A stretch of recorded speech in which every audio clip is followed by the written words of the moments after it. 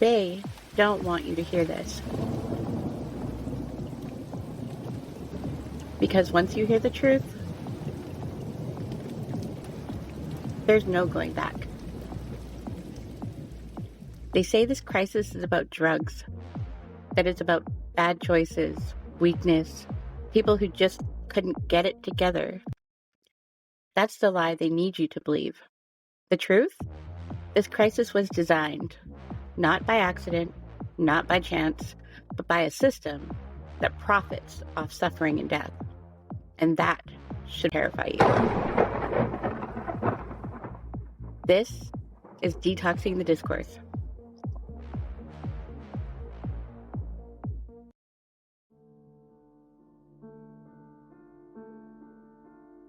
Why do people refer to their past experiences as a story?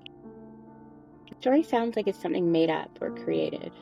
The experiences I had in life are nothing like any story you've ever heard. I don't have a story. I'm not a storyteller. I'm a truth teller. I was born into a battle I didn't start. Against colonialism, against systems built to erase me, against a world that told me over and over again that I did not belong, that I was never good enough. A battle I wasn't supposed to survive. They took my land so I couldn't live on it. They took my language so I couldn't speak it. And they took my family and turned them into strangers. They didn't want to just erase me. They wanted to make sure I never even knew what had been taken. They call it child welfare. I call it cultural warfare. It reminds me of the Holocaust because I learned more about that in school than I ever learned of the mass deaths at the Indian hospitals because they used my ancestors as guinea pigs in their experiments. Or how 150,000 children attended residential schools and only half of those children came home.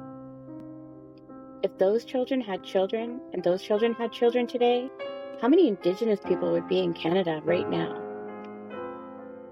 What happens when you grow up a ghost in your own history? When the only place you exist is between the cracks of someone else's system, you fall through them, and no one even bats an eyelash. Or you learn fast. You learn how to be what they want, how to please others at your own expense, just because you so desperately want to belong. To someone, to something, anything. But you pour so much of your cup out that it's constantly empty, and then you realize that you just can't anymore. Until the weight of it crushes you, your spirit, your will to live, and the only way to survive is to fight back. Call it a truth. Call it a war. But don't call it a story, because stories are made up, and I'm not. My truth is not fiction, and I will not filter it for your comfort or to be polite. It does not fit neatly into government reports or history books that conveniently forget that people like me exist. Because I'm not supposed to. My truth is painful. My truth is raw still. My truth is a relentless battle that I still fight every single day. And if you think this is just about me, you're missing the point. The truth is the truth of thousands, tens of thousands of Indigenous children who were stolen, stripped from their families, their culture, their language, and told it was for their own good. They called it care, but let's call it what it really was. Let's stop dressing it up with words that make it sound softer than what it is. They said in their own words that they wanted to kill the Indian in the child.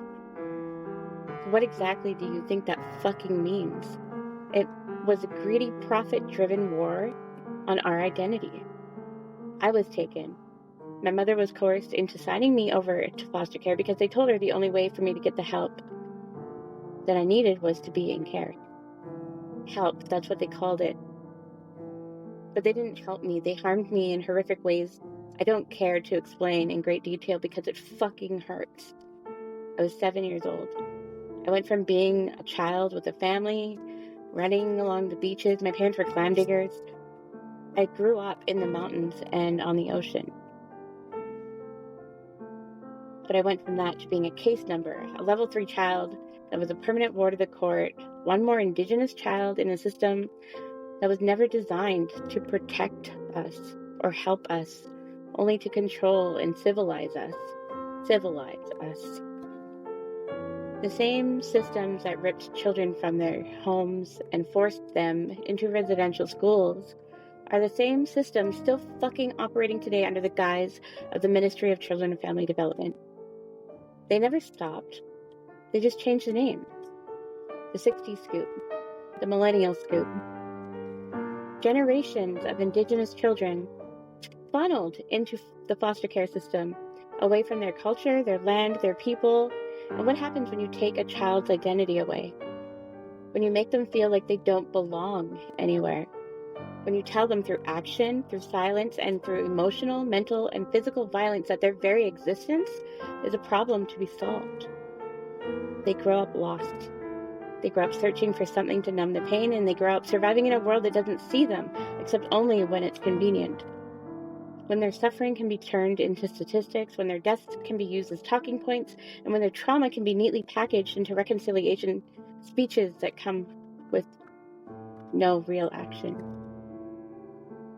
I was that child, a child made to feel like the color of her skin made her dirty, like my indigeneity was a burden, a mark against me, a child who grew up in white foster homes with white foster parents, in a world where being Indigenous meant being other, being less than the family dog in the hierarchy of people in the family. Where I learned real quick that blending in was the safest option, that being quiet was the best way to survive, and the less I reminded people that I was different, the less I'd have to explain why I didn't know my culture, my language, or my people. I often think of myself as an apple, red on the outside, white on the inside.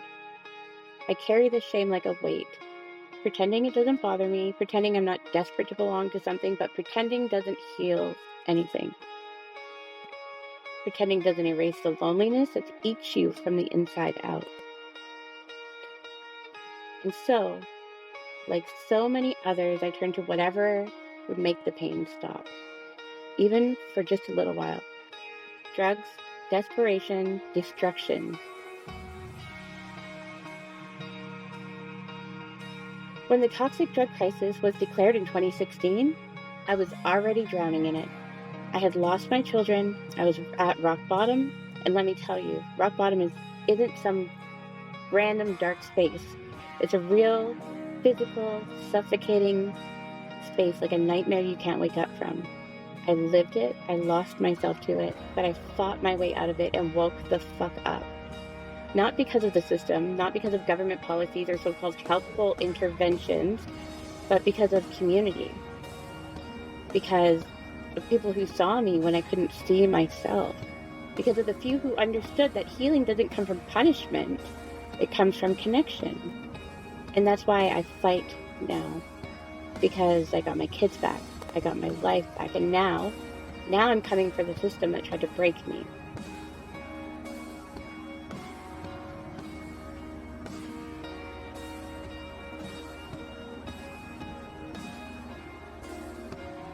Because I refuse to allow the same experience to happen to my grandchildren or my great-grandchildren or their children's children. I didn't deserve it, and neither do they. I'm coming for the system that tried to break me. I'm coming for the policies that have failed and continue to fail Indigenous people across this land. I'm coming for the institutions that profit off of our pain, off of our suffering, off the very system that's designed to oppress us, while refusing to give us real, meaningful solutions. Let me make this crystal clear. We don't need saving. We never did. We never needed someone to swoop in and fix us, as if we were some broken thing that couldn't stand on our own, as if we were some uncivilized savages.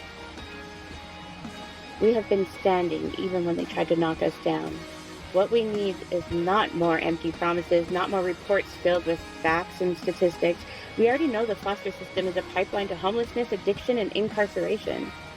That Indigenous people are dying at staggering rates. And yet, this country refuses to treat this crisis like the emergency it is. No, what we don't need is more talk. We don't need any more land acknowledgements that come with zero action. We don't need any more performative gestures that look good in public but mean nothing in practice. And we don't need any more symbolic acts that don't lead anywhere. because we're tired of living in a cycle of false hope. We need real change. We need solutions that are radical, peer-led, Indigenous-led. We need to take control of our own narrative, our own destiny, our own healing. And that's exactly what I'm building. Diamond in the Rough Studio and Art Gallery Inc. isn't just going to be an art space. It's not some trendy community project to throw a few brushstrokes on canvas and call it therapy. It's a revolution. It's a reclamation of who we are. It's a place where people like me, people who were told they were too broken, too far gone, too far lost, can heal. It's a space where healing isn't dictated by colonial policies, where we don't have to bend to systems that should tell us how we should heal. No, healing happens when we reconnect to culture, when we come together, when we create art, when we express ourselves and create through art. We are not defined by the pain they've inflicted on us. We are defined by the strength we carry, by the art we make, and by the stories we share, and by the wisdom that has always been ours. This space is about making sure people know that. Making sure anyone who walks through those doors knows that they are more than the labels placed on them, more than the judgment, more than the statistics that say they don't belong. And when we talk about harm reduction, this isn't just about surviving another day. This is about thriving. This is about transforming the narrative, proving that we are more than what's been done to us. We are creative beings. We are leaders. We are innovators. We are healers. That our lived experience, our lived expertise is not just valid, it's necessary. It's the backbone of the change we need. It's the knowledge that should guide the solutions, not some policy written in a sterile room by people who've never set foot in our shoes, ever. This is why I do what I do. This is why I speak. This is why I keep pushing. Because my truth, our truth, is not a story. It's a call to action. And if you're listening, if you've made it this far, then you've already made a choice. You have a choice right here, right now. You can walk away, nod politely, pretend this is just another speech, another engagement session that will fade into the background as you go back to business as usual, back to ignoring the voices of those who have been silenced for far too long. Or you can stand with us. You can stand with those who have been silenced, who have been left behind, who have been treated as though they don't fucking matter. You can amplify the voices of Indigenous people who have been speaking out for generations. You can support Indigenous-led harm reduction initiatives that don't just survive the system, but seek to dismantle it.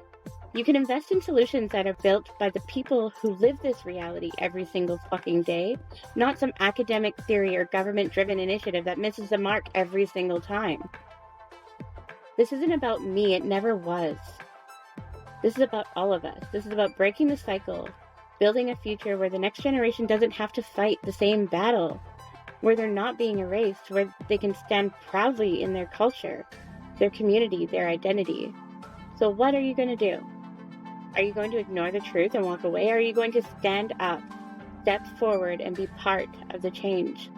Because I know where I have been, and I know where I fucking stand, and I'm not backing down.